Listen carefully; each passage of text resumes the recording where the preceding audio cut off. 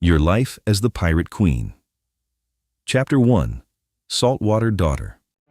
The sea enters your life before memory does. You are born in a crowded fishing village along the southern coast of China, where the air smells of salt, smoke, and rotting nets. Your mother says storms began the night you were born. Your father says that is nonsense. But fishermen whisper anyway. The village survives one season at a time. Some years the sea feeds everyone. Some years it takes fathers, brothers, entire boats. This year, it takes too much. By age 7, your hands are already rough from untangling fishing lines. By 9, you know how to gut fish faster than most boys. By 11, you know hunger better than childhood. The empire taxes the poor until their bowels are empty. Officials arrive wearing silk robes, while barefoot villagers kneel in mud. Rice disappears into government carts. Men bow their heads. Women stay silent. You do not. One afternoon, you watch an officer strike an old fisherman for failing to pay tax on a catch ruined by storms. The crack echoes across the docks. Nobody moves. Not your father, not the fisherman, not even the old man's sons. Everyone lowers their eyes, except you. Your fists tighten so hard your nails cut your skin. The officer notices. For a moment, the world becomes dangerously quiet.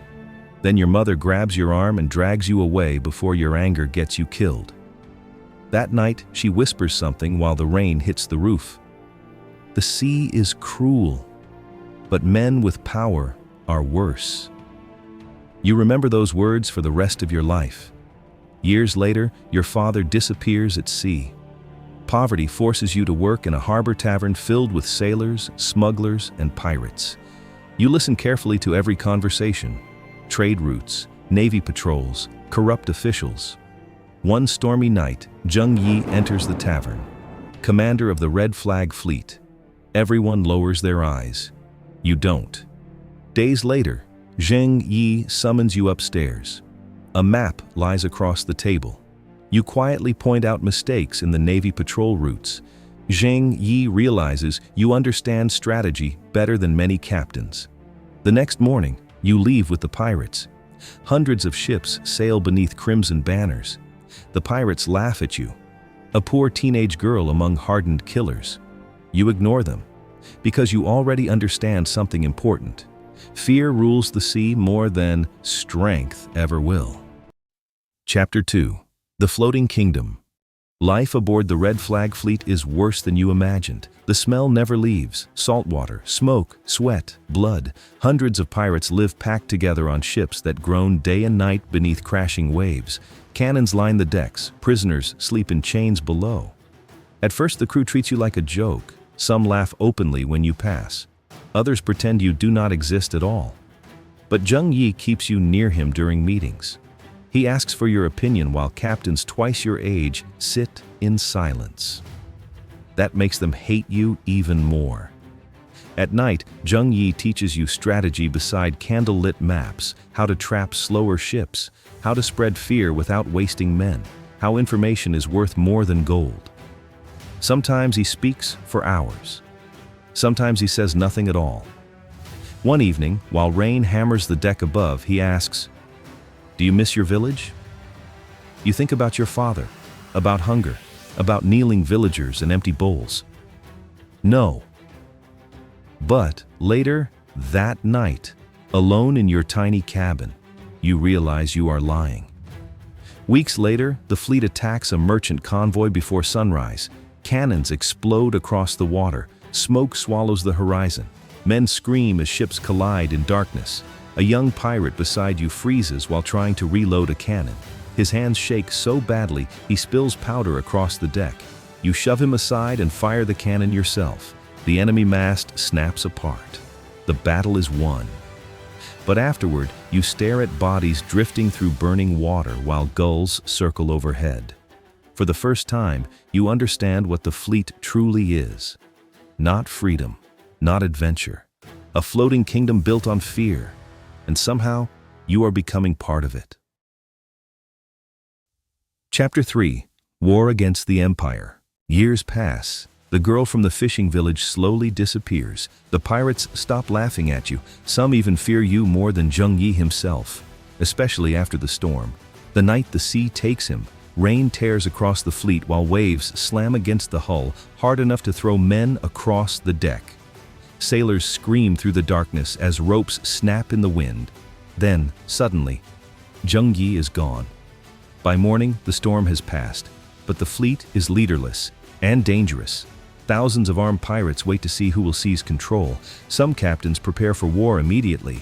Others whisper that the fleet should divide before blood fills the decks. You say very little. Instead, you move quietly. You secure the support of Chengputsai. You take control of the fleet's silver, supply routes, and alliances before rival captains even realize what is happening. One by one, they kneel. Not because they love you, because they know you are smarter than they are.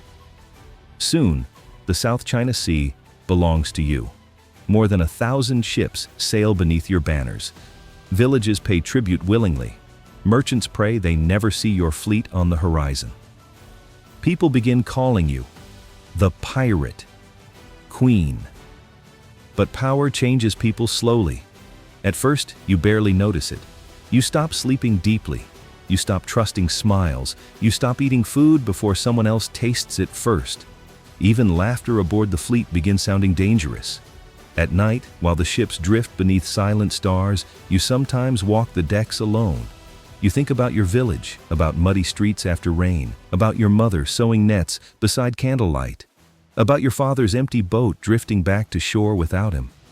The memories feel distant now, like they belong to someone else. One evening, a young cabin boy asks whether the stories about you are true, whether you were really once poor. For a moment, you almost laugh, because the pirates who now fear you cannot imagine the truth, that beneath the silk robes, the armed guards, and the banners, you are still the hungry fisherman's daughter who once stood barefoot on a dock and dreamed about freedom. But freedom has changed. Now it feels more like loneliness. The sea never gives power freely. It always takes something in return. And by the time you become the most feared woman in the South China Sea, you realize it has taken almost everything. Chapter 4. The Sea Remembers. Most pirates die violently. You do not. Years later, you live comfortably beneath the same empire that once hunted you across the sea. No cannons, no storms, no screaming sailors in the night, just quiet streets, gambling houses, the slow rhythm of ordinary life. Sometimes from your window, you watch fishing boats disappear into morning fog. And for brief moments, you remember your father. You remember being a child before fear, before blood, before power, before the sea changed your life forever. People still whisper when you pass through crowded ports. Most pretend not to recognize you, but they whisper anyway. About black sails beneath crimson banners, about cannons emerging from fog, about the woman who forced empires to negotiate instead of fight. Some call you a monster, others call you a legend. Neither feels completely true. Because history remembers victories, not loneliness. It does not remember the sleepless nights, the paranoia, the faces of drowned sailors drifting beside burning ships. It does not remember how much of yourself you had to bury in order to survive.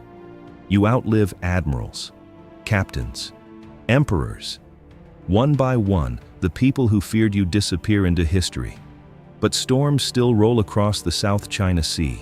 Waves still crash against old harbors, and somewhere beyond the horizon, where thunder meets dark water, the sea still remembers the Pirate Queen.